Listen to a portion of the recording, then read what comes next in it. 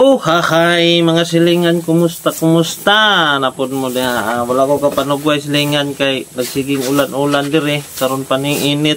Nya binyo basa pang sagbot, ako na lang gikuhaan sila humay da sa kailan ako para makaon nila. Kaya naman po'y humay nga kuan daw ni lucky daw ni kay gibreed nila sa ambot unsa nga klase nga kuan to.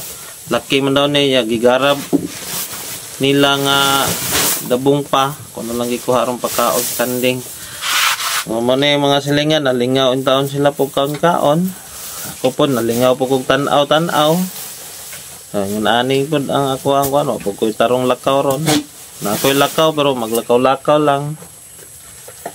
Ay, so silingan og naamoy native nga kanding bay diha gusto mo mag-upgrade, pwede ninyo patirahan ani akong pure Anglo-Nubian para nindot dako ang anak nindot kayo siya.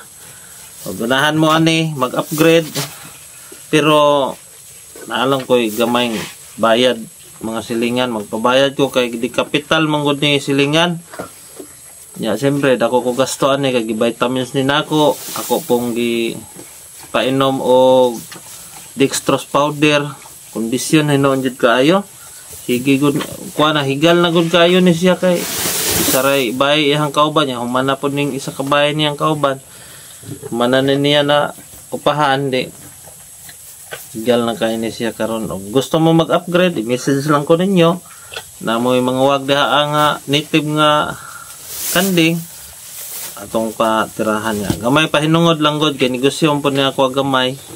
Kay with capital maning ato ang kanding karon. So ginagmay lang ta.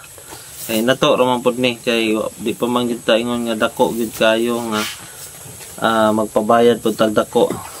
Pero nindot na ni siya, mag-upgrade mo. Wala na lang silingan. Message lang ko ninyo kay pwede ninyo dalon dinhi inyo hang bay kung nangwag na. Kay atong patirahan para ma-breedan sa atuang Anglo-Nubian nga kanding. So, nga na lang silingan. Daghang salamat. God bless.